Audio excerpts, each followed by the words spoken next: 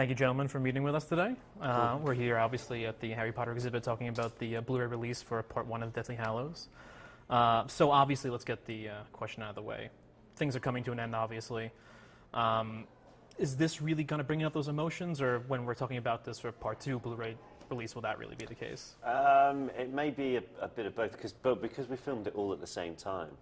There are times when you see like the behind-the-scenes sequences in Part 1, where we're talking about it, and we've probably just shot one of the last few scenes in the Great Hall or somewhere like that. So you do see some quite raw emotions there.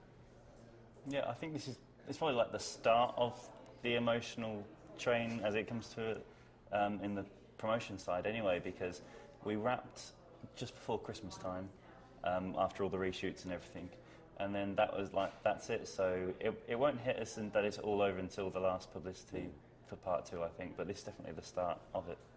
And, you know, from talking to Warwick Davis, he may disagree now, but you are basically the consummate comic relief for the film, or the lightheartedness of the film in a way. Like, even in the darker times, you always kind of bring that through. Does it kind of get difficult now that things were getting serious in the film to kind of keep that up? Well, that's the cool thing about being able to play these characters, is that they don't keep it up all the time. They've got to the point where they're like, right, this is dangerous now, and they just go with it. So that's cool, being able to play the same character but two totally different parts of that. So it's been cool to be able to do that. Any different feeling on that? Yeah, no, I mean, we never really thought of it as we have the comedy element when we're doing it. It's just like we just get on, like, everyone has their own characteristics to do, but we're allowed just to prat around and just like, we don't have to take ourselves too seriously in doing it. But the cool thing with what David Yates does is that he brings through more emotional side to the characters, maybe not when they're in the foreground of shot, but like when they're in the back of shot kind of thing. So we're lucky to play characters which can have a mess around, but like I was saying, in Part 1 and definitely Part 2, the emotion completely switches. Well, that being also then, aside from just the comic idea of it, now that the characters it's a lot darker and they're growing a lot more, has it changed the way you approach your work ethic day to day? Yeah, definitely. I mean, especially the way David got us to be acting about it. He said, you know, there's a part in Part 2 where he was, can you relate that to a part in your life when you felt that way? And I was thinking, yeah, I can. I don't necessarily want to go there, though. And he said, if you think it will work, do it. If you don't, then don't.